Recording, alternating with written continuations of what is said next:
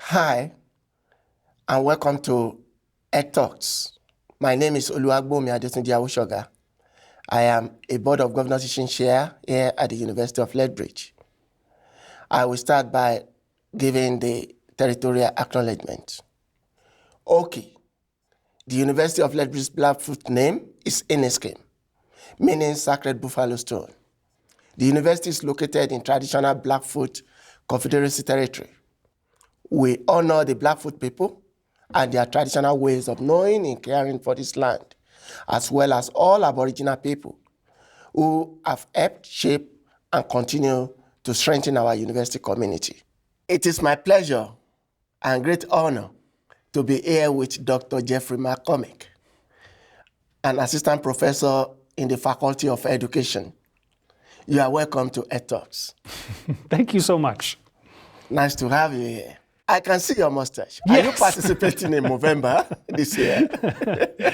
I'm so glad you asked that first because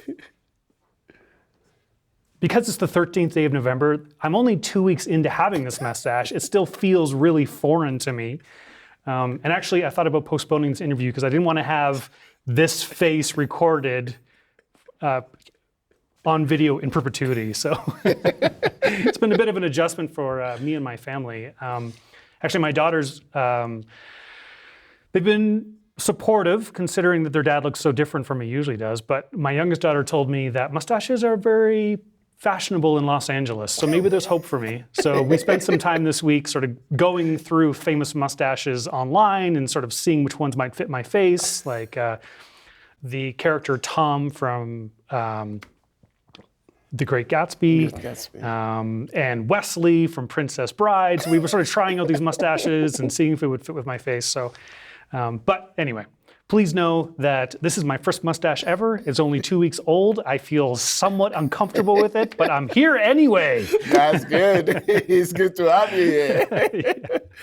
Yeah. What was it like to present your TEDx talks? Yeah, thank you.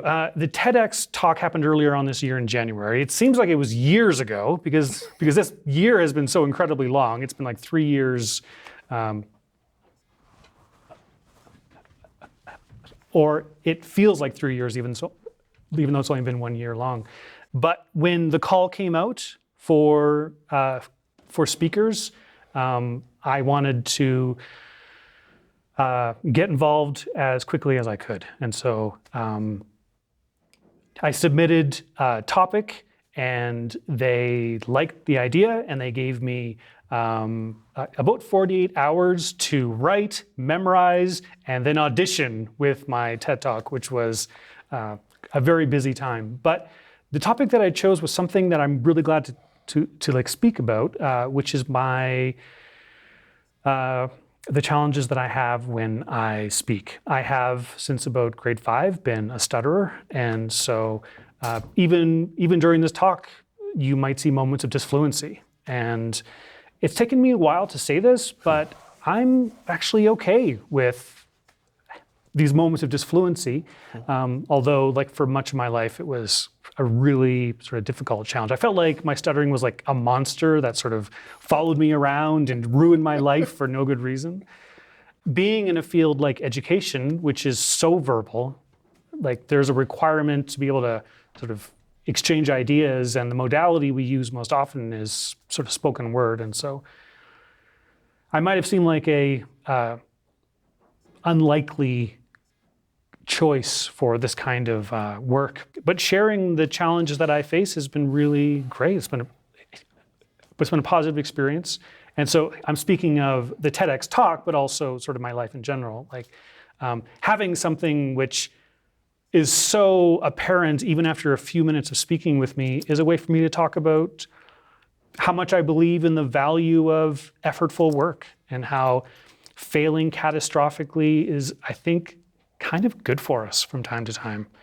And so, yes, I was thrilled to be a part of the first TEDx talk at ULETH, and I've been really happy with the response that I've received. I had a call from a podcaster in the States, and he does a podcast about stuttering, so I was able to have a chat with him, and that sort of connected me with a network of people with speech impediments who think about this sort of thing and want to chat about it. But the strongest response has been from teachers and from pre-service teachers, those people who are training to be teachers. And they told me they appreciated me being open about some of the challenges that I face. Oh, that's good. Yeah. It's good to know. Yeah. Can you please tell us about your teaching journey? Yeah. So I started off my teaching journey in Ontario. I was trained to be an elementary grade teacher, and I wasn't quite sure what education was all about until I went and did my teaching degree, and I started to learn more about the craft of teaching and how ideas are presented and how they're processed at a cognitive level. And there was a really important document that I read while I was doing my education degree. It's called the Hall-Dennis Report, or like its official name is Living and Learning. And here in Alberta, it's not something that people talk about a lot, but in Ontario, it was a really important document in the 1960s, and its sort of underlying premise was that it's the job of schools to not just teach content, but to raise the child as a whole. And I think it was the first time that I realized that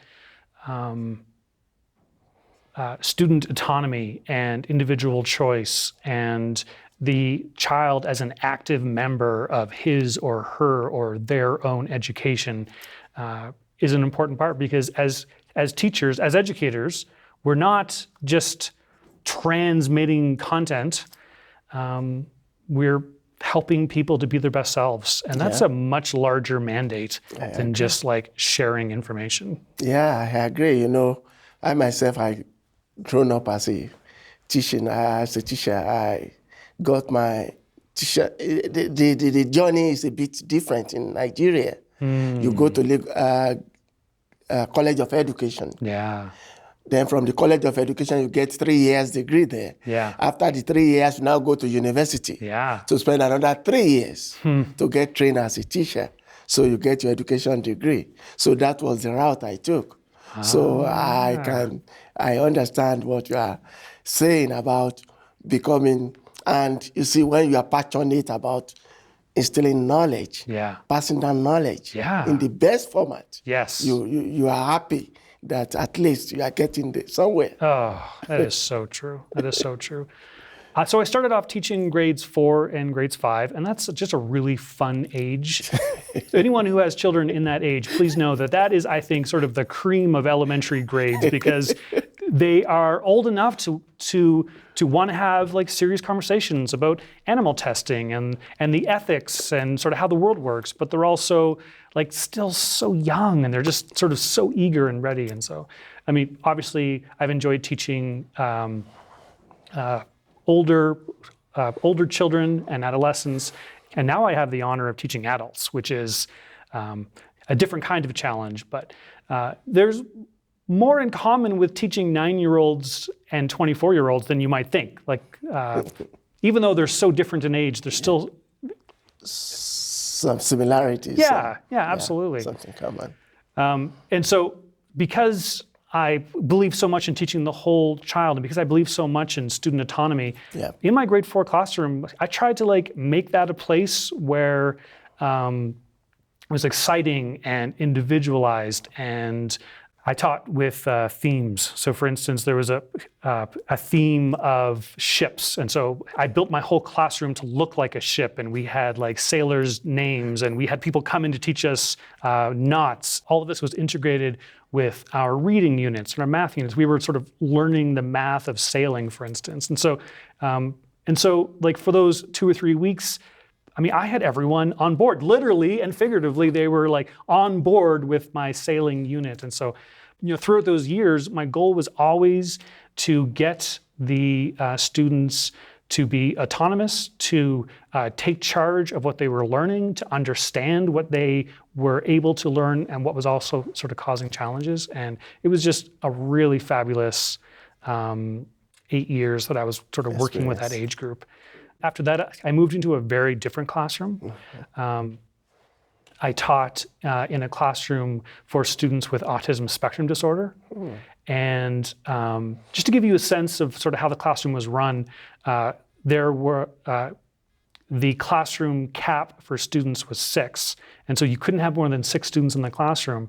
And depending on the day and the shift, I had between like 4 and 5 educational assistants helping me at all times. Wow. So most students had at least 1-to-1 EA support, and some of them had 2-to-1 because they were aggressive or self-injurious or had sort of the high levels of emotional dysregulation. I mean, that classroom was really different for me. And so it was maybe slightly less about building those moments for autonomy and for the choice and interest-based learning, and it was much more about sort of teaching them to express their ideas. We had 2 mandates in that room. One mandate was to help them to reduce the amount of aggression and emotional dysregulation and self-injury that was happening. And the other part was to help them learn to share their preferences and their ideas and actually communicate. But that can be a bit of a challenge if most of your students are nonverbal or are partially verbal. And so this was back in like 2010, 2009. So the iPad was like still relatively new. But we had an iPad program where the students learned to choose the image based on what they wanted to eat or wanted to do, and then the iPad would speak for them. And so those tools ended up sort of giving voice to those students. And although, I mean, that room just felt very different from every other teaching experience I had, fundamentally, it was about helping them to be their best person. And that's something that's really sort of followed me through my teaching career. That's good. Yeah. As you know, many of us, we have mentors or people that influence our life in our different experience growing. What educators has influenced you?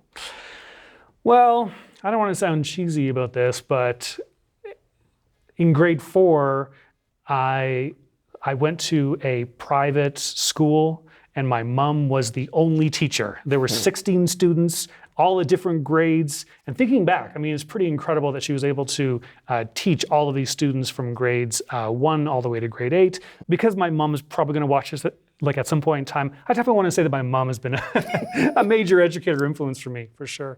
And actually, in our sort of earlier conversation, you said that your mom is a big influence on you. So may I turn the table for a moment, Olu, and ask you about your mom's influence on your life? Yeah, although she's late now, but she has been a sort of courage. Because without her, I won't be where I am today. She spent everything she has. She was a businesswoman. So everything, she made sure. I went to boarding school in secondary school, what we call it you call it high school here. Right. So I went to boarding school for that 5 years, and she made sure I lacked nothing. My father paid my school fees, but she buys all my provisions, buys all my clothing, my books, my everything. So she was a big jewel to me. So I cherish her so much. Oh, that's wonderful.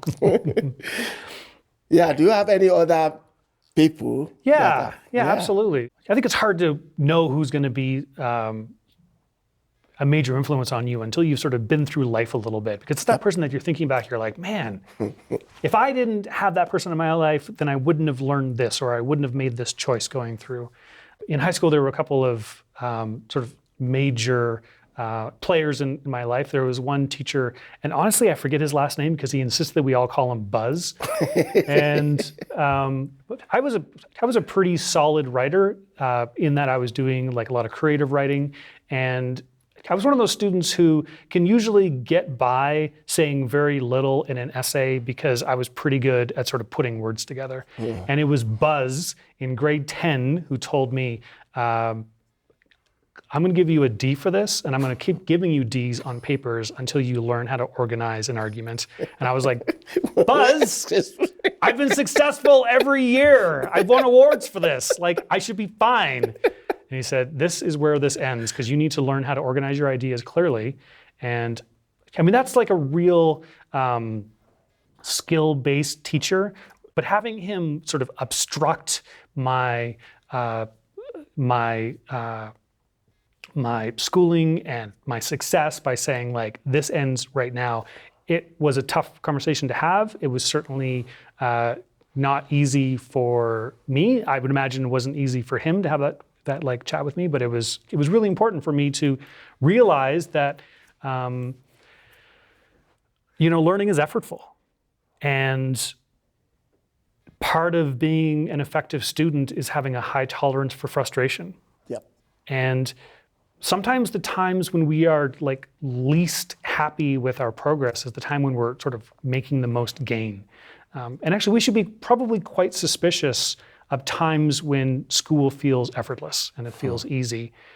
Not that the challenges that come along that are inherent with the system, those sort of stumbling blocks that are just a part of sort of school as an institution, should be excused. We should always be working to sort of think about the student and what works best for the student. But actually learning from a cognitive point of view is extremely effortful and difficult. So I also want to talk about probably the best educator that I have ever met. He sadly has passed, and so it's a little emotional for me to speak about him.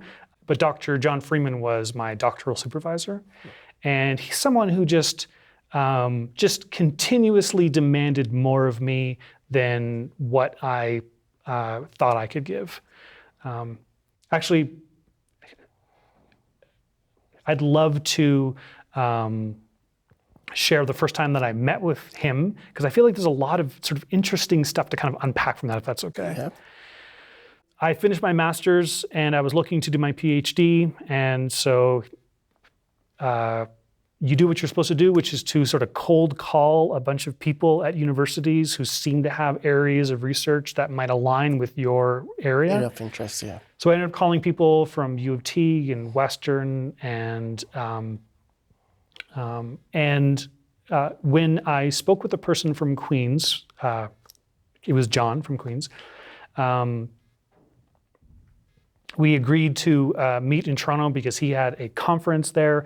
And so rather than sort of driving all the way to Kingston where he was, like, we sort of met almost halfway in this sort of city. And so I hadn't really sort of seen him before. I was, of course, very nervous to meet with him in person. I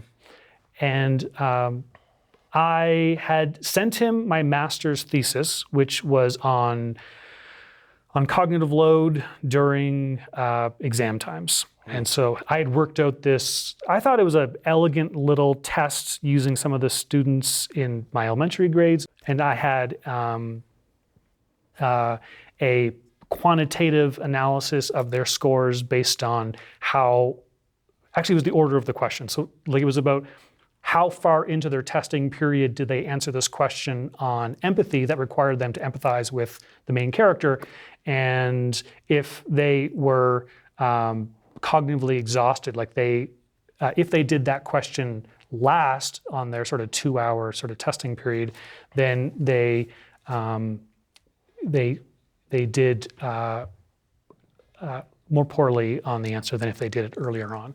And so sort of the sort of larger idea was that one of the first cognitive skills that gets drained by effortful work is our ability to empathize with others. And so I shared this with him. I emailed it to him, and remarkably, he read it. I think only my supervisor, John Freeman, and my mom have ever actually read my master's thesis. So it was actually pretty remarkable that he had read it and gone through it. And so I was ready to sort of chat with him about it. And And so I met him in the hotel lobby, and his face in real life did not look like his face on the profile page. And so I wasn't totally sure if it was him. Also, he had this like olive green t-shirt with the words Kelly Clarkson in gold like font on his shirt. And he looked angry and impatient. And so I was like, I'm gonna take another pass. Maybe there's someone else here who is like named John, so I walked around, and then I came back and I was like, John? And he said, follow me. And he stood up and he just like left the lobby. And he said, I am hungry, and so we have to go find a place to eat. And so I was like, that's fine, that's great. We were sort of crossing this highway road back and forth, trying out these restaurants. There was all these sort of like, it was like those, it was like a Kelsey's, and I know the restaurants like that. And so we'd walk in, open the door, he'd say, nope, don't like it, and then he'd walk out again. And so we had gone through like 3 or 4 of these restaurants trying to find a place that he would like to go. And all the time, I'm just chatting. I'm chatting about my daughters and my wife, and how my oldest daughter has autism spectrum disorder, and how my wife had sort of focused all of her attention on supporting my oldest daughter in her development, because she needed a lot of support at that time. But now that she was in grade 3 and grade 4, she seemed to be sort of sailing on her own wind a little bit. And so my wife felt like, okay, maybe it's time for me to go back to school as well. So like she's going back to school, but I was talking a lot about those choices. Honestly, I was just making small talk because I was so nervous. And here we were like crossing roads and opening restaurants, and I'm just trying to impress him and make some impression. I'm sort of chasing behind him, telling all this. It was windy and loud and the traffic. And so we finally found a place, and we sat down, and we were chatting about sort of the idea of me going to Queen's and doing my PhD. And he said, your master's thesis was terrible. And I was like, oh my goodness, that's really sad news, because I thought that it was not terrible. And then over the next like 30 minutes, he went through every choice that I made in my master's degree and described how if I made a different choice, then the results would have been richer and stronger. And he said, and also I should tell you that if I were to take you on as a doctoral student, you could not do this topic. And I was like, oh my, well, why is that? And he said, because you don't really care about this topic. I said, well, first off, I've only known you for 45 minutes, John. And I said, well, John, like, what do I care about? and he said, what you care about is your daughter. And you care about autism spectrum disorder.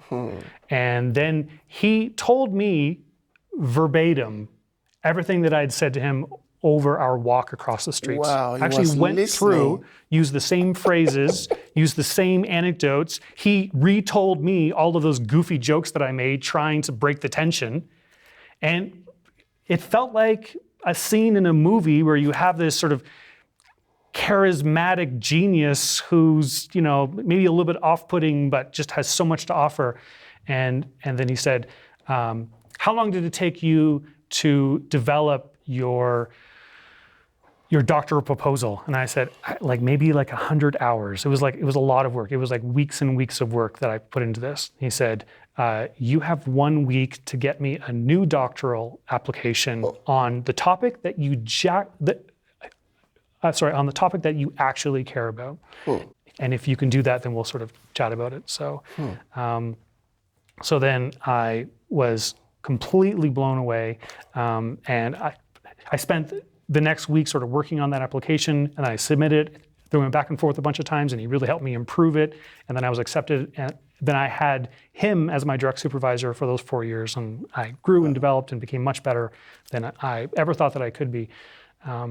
But what I love about that is that even from the first moment that he met me, this is something that he did with everyone that he met, he was massively disinterested in what you thought was important to you, and he got down to the core of who you were as a person, and he helped you to like understand yourself and understand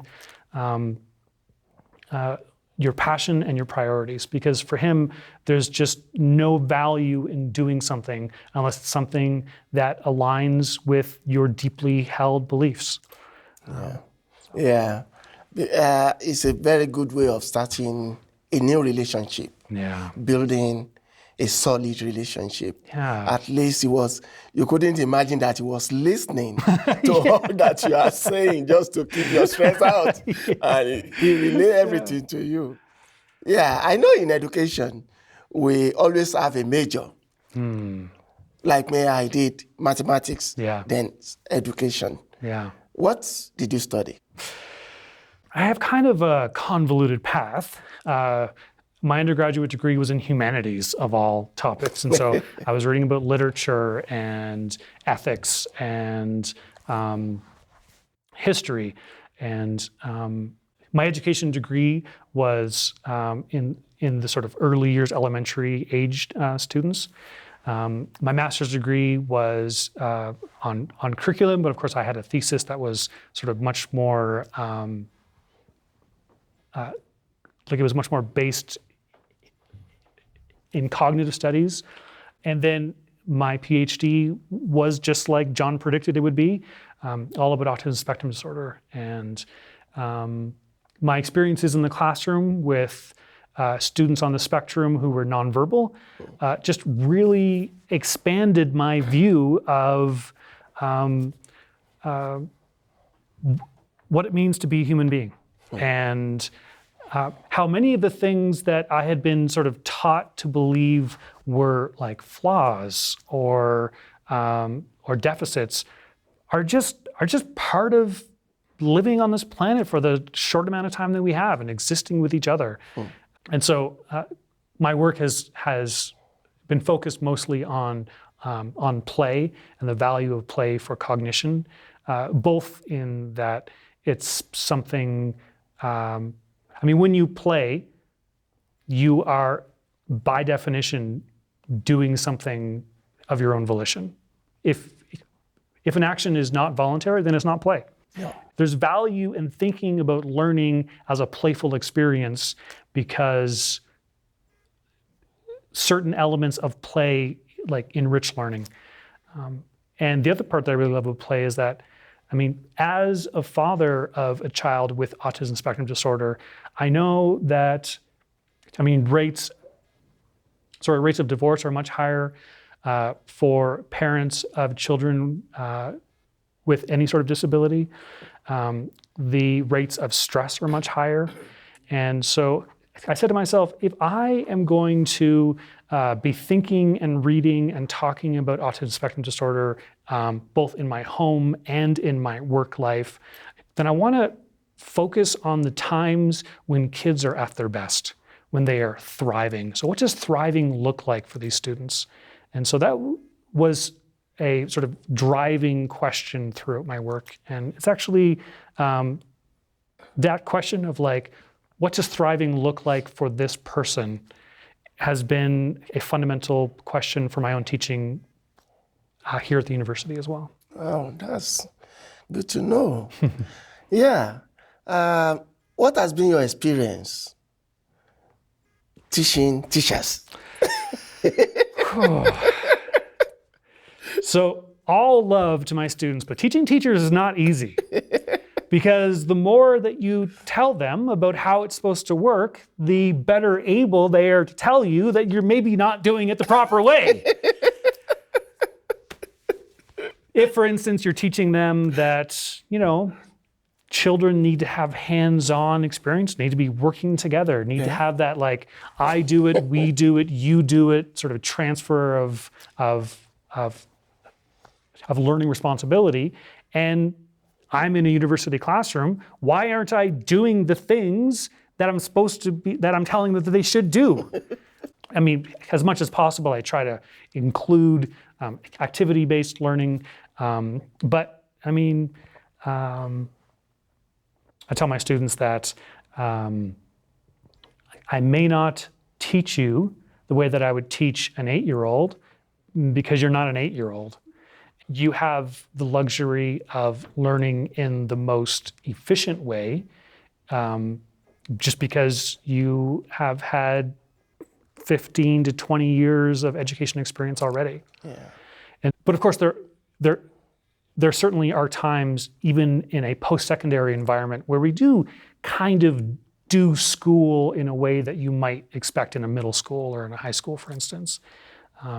Something else that I wanted to chat about in terms of the challenges of teaching teachers is that, this field has, for the vast majority of sort of the history of this occupation as a field of study, it's an extremely sort of moralistic approach. Teachers have always been expected to be the pillars of their community. You can go back and find the sort of rules for teachers. They couldn't be married, they couldn't date, they couldn't be out late. They had to sort of, because they had the lives and the minds and the hearts of the youth sort of in their direct access, you had to be perfect. Yeah, because we see them as a leading example for these youth to follow. Yeah, exactly. And so one of the challenges with that in this year is that there tends to be a lot of unspoken pressure for teachers to be able to perform perfection in their classroom.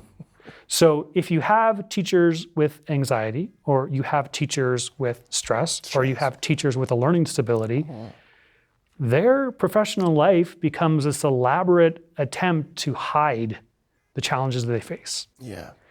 And that's something that I've just been really vocal about trying to change in the, first in my classroom, but also I want people to feel comfortable talking about the challenges that they face. Because, and as I said in my Tedx Talk, one of the reasons why my stuttering felt like a monster was because I didn't know anyone who was a professional and who had a stutter. And so it seemed like something that was going to keep me from doing the things that I wanted to do. When teachers keep their effortful work, their struggles a secret, it also sort of stigmatizes the challenges that we all face. And so, stuttering isn't like a problem or a deficit. It's a characteristic of being a human being. Yep. And when teachers are open about it, it makes a space for others to be more comfortable in their own skin. And one of the most common responses I get at my end of course feedback is that me being open with the challenge that I faced and how I've worked through it, it helped them to be more comfortable with their own challenges that they face. And maybe they come out with it, maybe they talk about it, maybe they don't. But either way, they feel more settled in my presence because I'm just so open about how difficult it is for me to sort of do my job every day. What drew you to studying the attitudes of educators? The first thing I want to say is that I'm really humble about the beliefs and the attitudes that I have. It's not like I think that I have it all figured out and I want to sort of get everyone on board. There are lots of ways of teaching, just like there's lots of ways of baking a cake. But something that I know from the literature is that adults on the spectrum are underemployed relative to their typically developing peers, but also peers with other challenges like learning disabilities or emotional dysregulation. And also being on the spectrum can sometimes be an obstacle for marriage and dating. I have a friend who is an adult and she's on the spectrum, and she says that in some ways, being on the spectrum feels like something she has to disclose. It's not something that she wants to mention on the first date. It's something that she has to kind of sort of know the person a little bit to open up about it. And part of that comes from sort of a broad misunderstanding about what autism really is. Up till, quite recently, the 1970s, there were medical texts that included the idea that the spectrum is linked up with some sort of intellectual deficit. And that's kind of an idea that we sort of carry on. However, it's not. It's not. There are times when intellectual delays might come comorbid with the spectrum, but it's not part of the diagnostic criteria. And so adults who are sort of navigating work and personal lives may have a more difficult time because of sort of the stigma around autism. And this is something which is really sort of close to my research, but also close to my heart as well, because as I mentioned, my daughter's on the spectrum, and she's in her first year of university, and she's loving it. She's here at U of L, actually. That's good. She's working online, which has been a bit of a challenge in its own, but she's been thriving and working really hard. And so thinking about her years going forward has been sort of a big part of my work. So what educational challenges are you still working through? Yeah, when we look back where we are now. Here we are, going forward. Moving forward. Yeah, I wish I could say that because I've been teaching for most of my adult life and because I teach teachers that I have it all figured out, Olu, but that's definitely not true. Not true. This is something where, almost like learning, like we should be suspicious if we feel like learning is easy. And I think that we should be suspicious of ourselves if we find teaching to be easy. Part of the challenge that I'm working through right now is how to bring in some Indigenous content into my course in a meaningful way. Another challenge that I'm sort of working through is the transition from in-person classes to online classes. Yeah, that's where I'm going now. Yeah. Recently, the university, you can understand, since we are working together, the university decided to move from face-to-face to online. Yeah. How has this affected your teaching and learning? In ways that I expected and in ways that I could not have anticipated, Olu. That is definitely true. Small things like a good teacher, an effective teacher, is generally able to walk into a room and without anyone saying anything, you can just kind of tell the mood of the room, the mood of the students. And it's like it's generally called like the energy in the room. Like if something's up, or if someone has a big question, or if there's anxiety, you can sort of like feel it in the room. And that's because as teachers, we learn to pick up on those non-verbal communication things that are happening. Just sort of how people shuffle their feet, or how they look up, or whether they're sort of stuck behind their laptops hiding from you, or whether they're sort of leaning forward because they want to ask you a question. Like you can sort of pick up a lot just by walking into a room, and that's all gone. Yeah. And now you're looking at a screen of faces, or more likely a screen of names of students, just a black screen. And they will generally have their mics muted. So, I try to use a little bit of humor just as sort of like, almost like taking the pulse of the room. Because if I can get someone sort of chuckling, then those people who are maybe not fully paying attention have that like, oh, there's jokes happening. This is actually fun again. Maybe I should pay attention. But when you're teaching online, you don't have that sort of laughter, that back and forth. Yeah.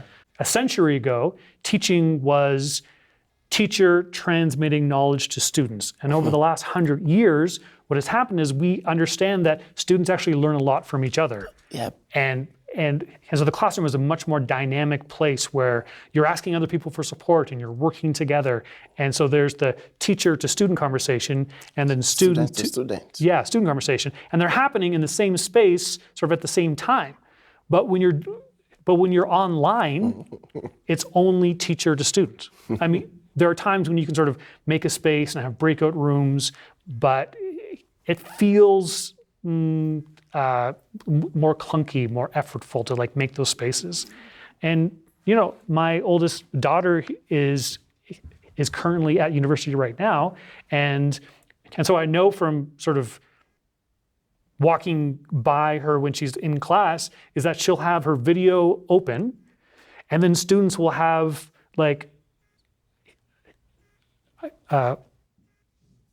students will have a secondary program open like Discord, and they'll be sort of chatting with each other about what's happening. And sometimes that's useful and productive chatting. Sometimes it's actually quite harsh. And because it's so split from the software form that the teacher is using, that the instructor is not even aware of these interactions that are happening. Yeah.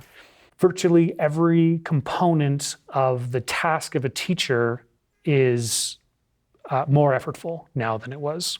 Obviously there's lots of models of teaching, but fundamentally, you have to sort of know your own content, you have to know what your students know, and then you have to use all of your creative energy to bridge what they currently know with what they have to know at the end of it. Yep.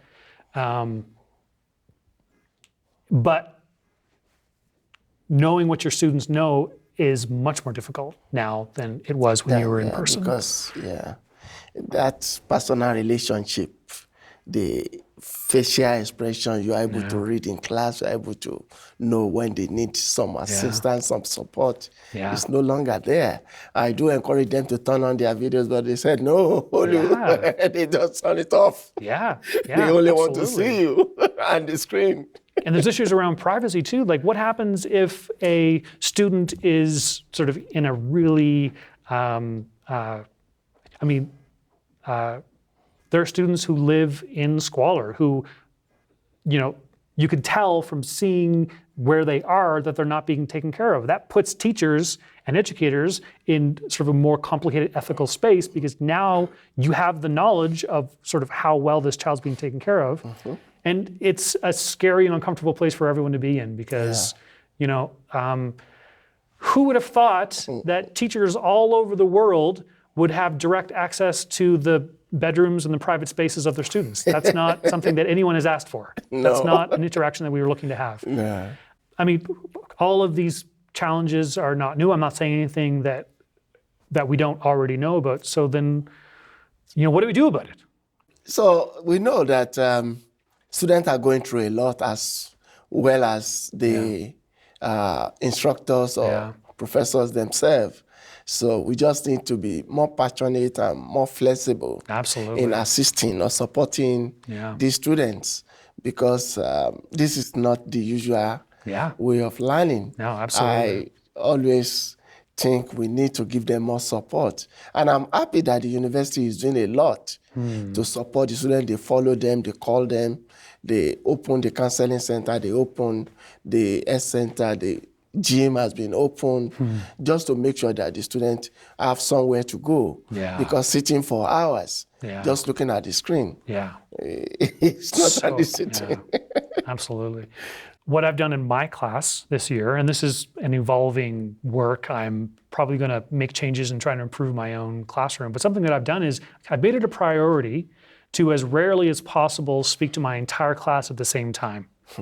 And so instead of sort of talking to the entire class for a certain amount of time, I'll actually sort of split them up because if you have more students than you have little places for them on the screen, that means that half of your class is just in the dark. You have no way of knowing if they're attending, if they're paying attention. And so I try to keep all of my instruction in sort of smaller groups so that I can see everyone's face and I can see if they raise their hand, for instance. According to DC and Ryan, we have 3 basic psychological needs. A need for autonomy, which I've talked a lot about, just that it's important for us to be doing things that align with our deeply held beliefs.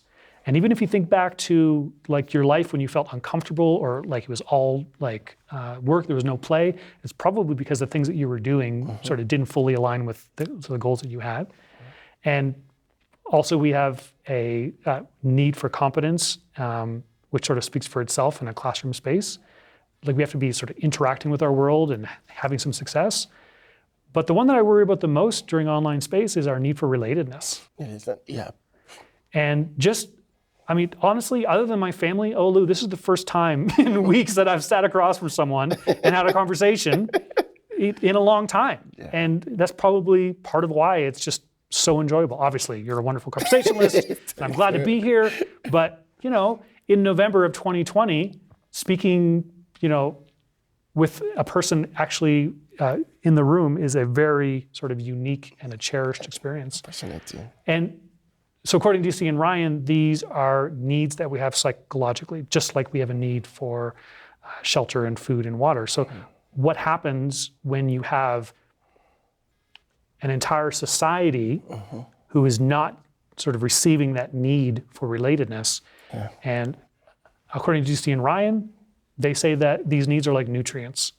And so you will probably be okay if you have to spend a little bit of time not getting those nutrients, but collectively, we are all becoming malnourished because we're not getting this thing that we actually need.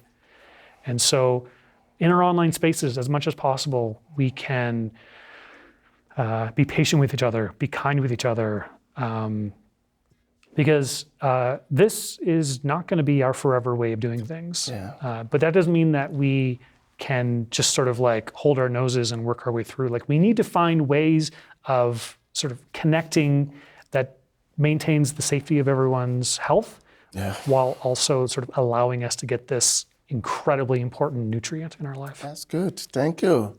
Yeah, I've enjoyed the conversation, but before we round up, do you have any tips for new hires on how to be successful in academia?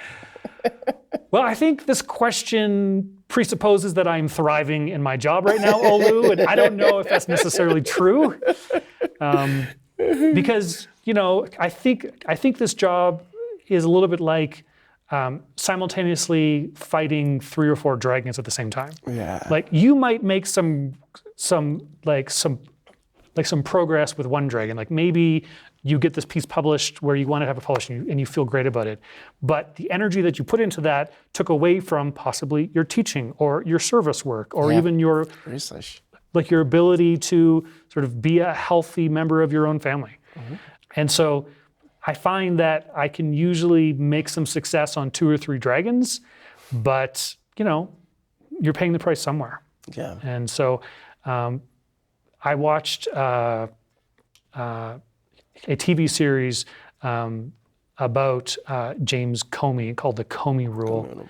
And something he said to new hires at the FBI was, you owe it to yourself to love someone. You owe it to yourself to spend time with your family, because you can only be as good as you are healthy. And so making time for family is a really important thing. Very important. That's the challenge that we usually make the most cuts in. We lose sleep, we spend less time with our family, and because we want to make gains in these other areas, you are not going to be useful to anyone if you can't manage your emotions, if you can't organize your thoughts, if you can't sort of respond without reacting. So if I could borrow a page from Comey, I would say that of all of the dragons that we are like dealing with, prioritize your sort of connection with those people who make you your best self. Yeah, I completely agree. Thank you very much, Jeff, for creating time to meet and talk and participate in this conversation of Talks. It's nice being with you. Thank you, Olu. You too. Thank you very much. Thank you.